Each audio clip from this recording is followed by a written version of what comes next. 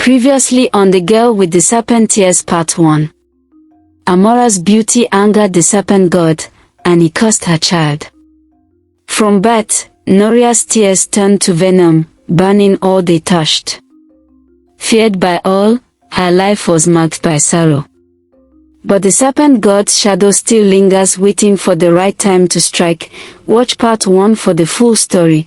Please like, leave a comment, and subscribe to this channel.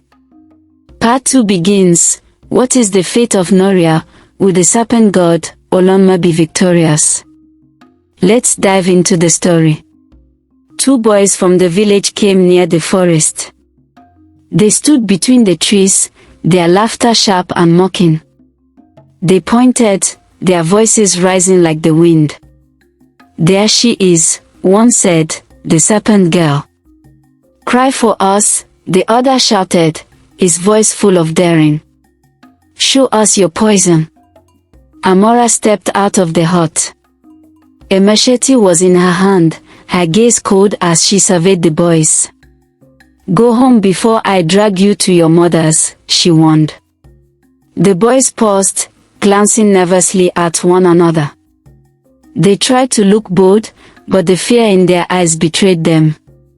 Then Noria walked out.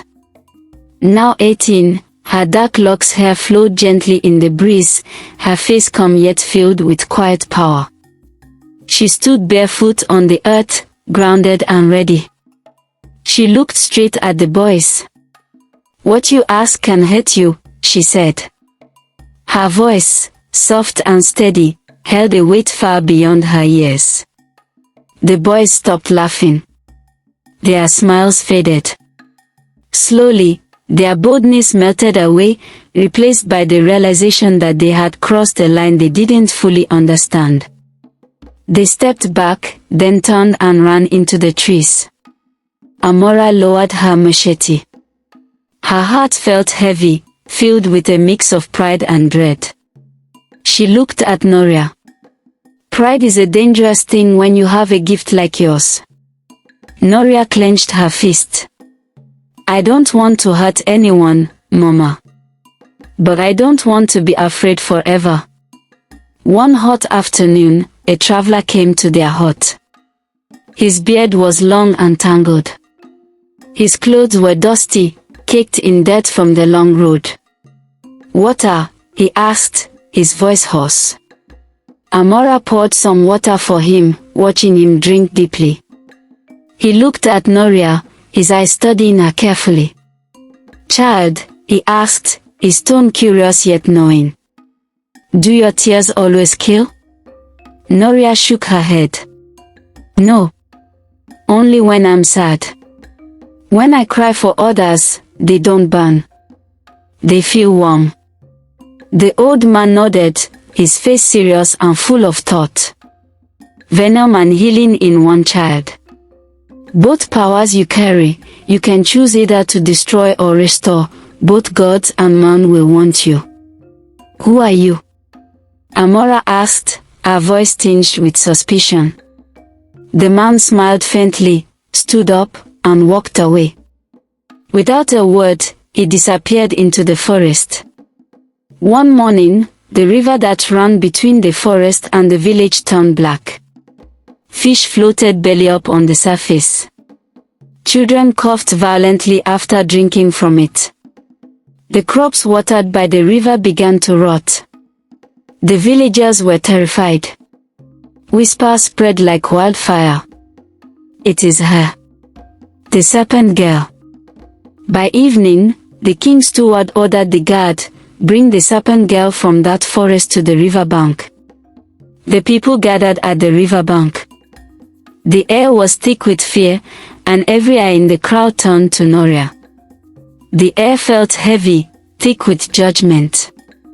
The king's steward stepped forward, his fine cloth glinting under the torchlight. His rings gleamed. His voice was sharp and loud, cutting through the quiet whispers. "If she is pure, the river will spare her. If not, it will take her." Amora's voice rang out, shaking with emotion. "Leave my child alone. She did nothing wrong. But the steward ignored her, his eyes cold. "The river is older than pity," he said. Noria stepped forward, her heart pounding. She waded into the black water. Gasps rose from the crowd. The water was thick and foul, a murky mess that shone beneath her feet. She kept walking, each step heavy, until the water reached her chest. The water did not take her. Then she closed her eyes, thinking of the children coughing by the river, of mothers weeping, of families praying, of a world with no food or peace. Her heart ached for them, the land, and for herself. A tear slid down her cheek, and it fell into the water. The blackness began to clear. A circle of clean water spread around her. Fish swam free once again, and the people gasped.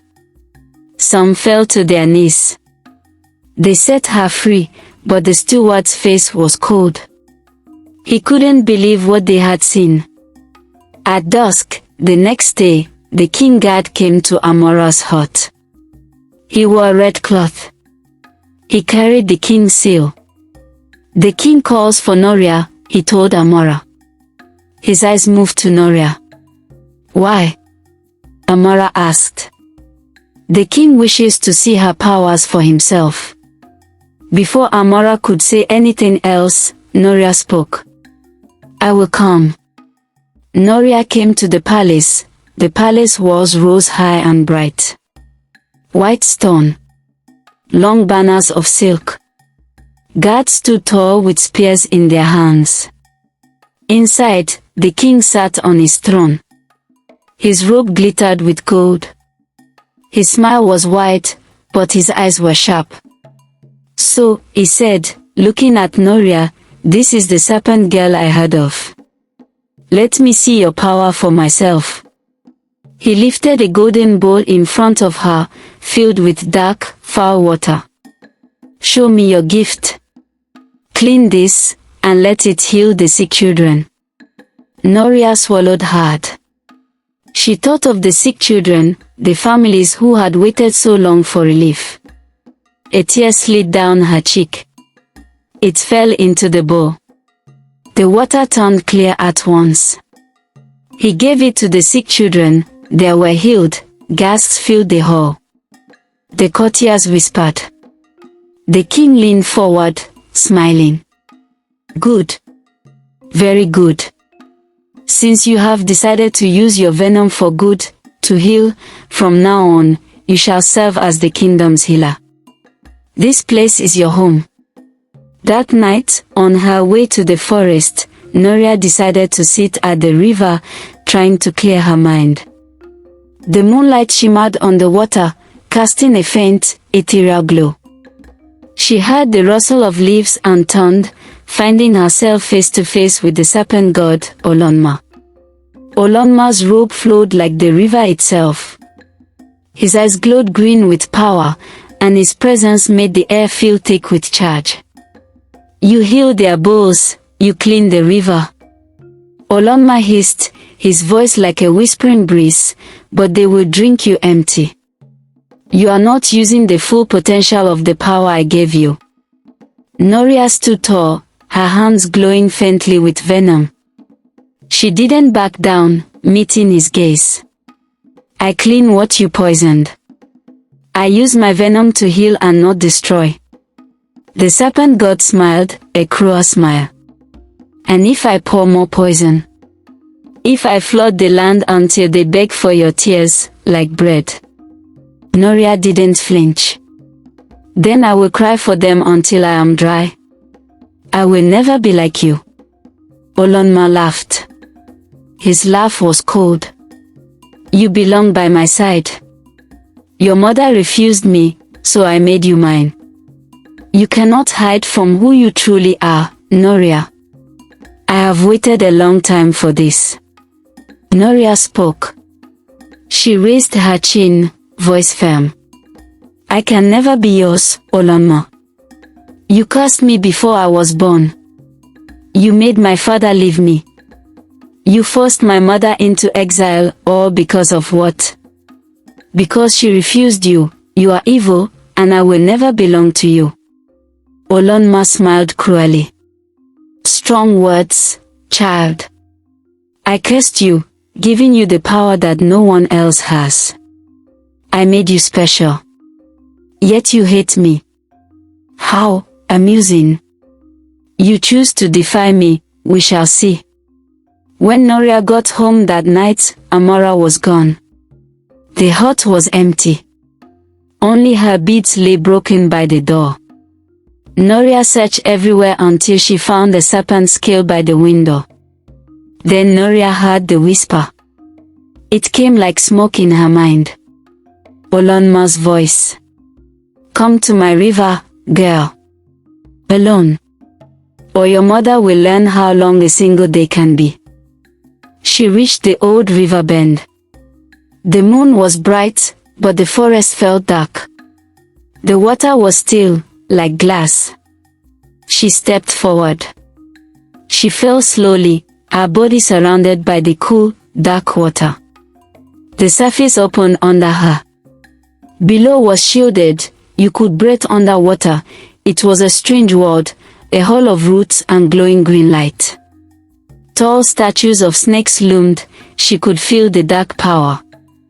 At the end of the hall, sitting on a throne made of white shells, was Olunma. His presence was overwhelming, filling the entire space with a sense of cold, unyielding power.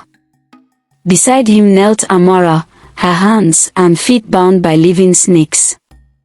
The snakes tightened as she moved, their pressure making Amora's body tremble. Olunma's voice was soft and smooth, like river water flowing over stones. Welcome, Serpent Girl. This is where you belong. Noria's jaw tightened, and her fist clenched. Release my mother. The god leaned forward. Swear yourself to me. Be my flood. Together we will cleanse this world. You mean destroy? Noria said, her voice steady, even though her heart raced in her chest. Olunma smiled cruelly. Mercy is only subtraction. We remove the weak. Amora shook her head. Don't listen, Noria. Noria stood firm. She said, I will not be yours. My home is by my mother's side, not with you. Noria closed her eyes, thinking of everything she had lost. Her father living. The village boys mocking her. The villagers calling her cursed. The sick children at the river. Her mother's scars. A tear formed. But it was not grief. It was pure venom, the mixture of pain and a pure heart, the most powerful type of venom that could destroy anything and anyone. The tear slid down her cheek and fell onto the snakes binding Amora. The moment it touched them, the snakes hissed and turned to dust. Smoke rose in the air. The snakes collapsed, releasing Amora, who fell to her feet, free at last. The other snakes could sense Noria's pure venom. They turned against Olunma. But Olunma's fury rose, his body expanding, coils upon coils twisting in the air. His eyes burned with green fire. You dare to fight against me, he roared. But Noria stood strong, her hands and whole body consumed by the venom. He lunged forward.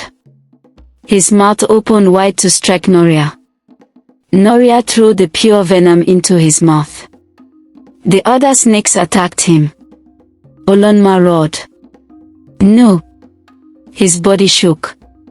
For the first time, he staggered, he was losing his strength. Noria throws her venom onto Olunma's throne. Cracks spread across it, and the hall trembled as statues fell, their once imposing figures crumbling. The underriver shuddered with the force of Noria's power. Olunma's true form rose high, a giant serpent, its coils endless. His fangs were sharp, his shadow dark and looming. But Noria's venom showed him what he truly was, not eternal, not invincible. Just a creature of broken pride, a serpent that had failed to learn love. Olunma wanted to strike Amora with his last strength before he could strike. Noria struck him one last time with all she got. It struck Olunma, and his body collapsed into the form of a simple river snake. His body began to shrink. His coils lost their strength. His power withered. Amora ran to Noria's side, her hands shaking as she held her daughter. Olunma lay on the ground, no longer a god, but a mere serpent, small and powerless. He slithered away. Noria and Amora rose back to the surface. The river carried them gently, the water sparkling as dawn broke across the land. Birds sang in the trees, and the air felt fresh, full of new life. In the villages, children drank from the river without fear. Mothers wept with joy. The land began to heal. Noria got emotional, tears slid down her cheek, but this time, they were clear, not vehement. She gasped, her eyes wide with surprise. "Mama, look," she cried, her voice filled with wonder. Amora's eyes filled with tears. "I always knew," she said softly. "Your curse has been broken," Amora said, her voice soft yet strong.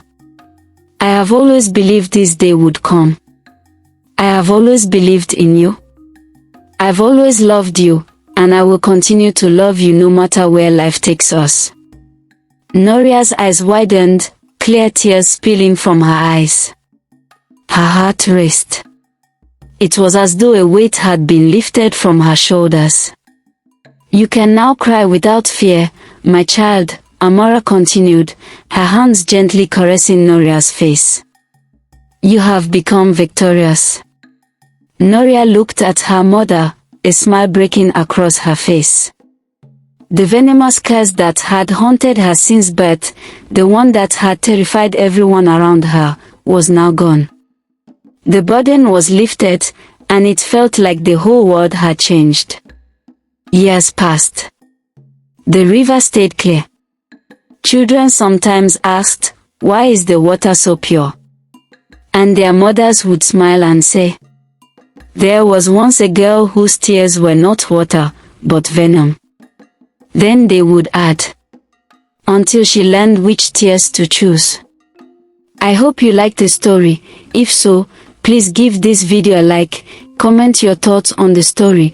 Please subscribe to this channel and turn on the post notification bell to be notified when next I post more interesting stories like this one. Thanks for watching.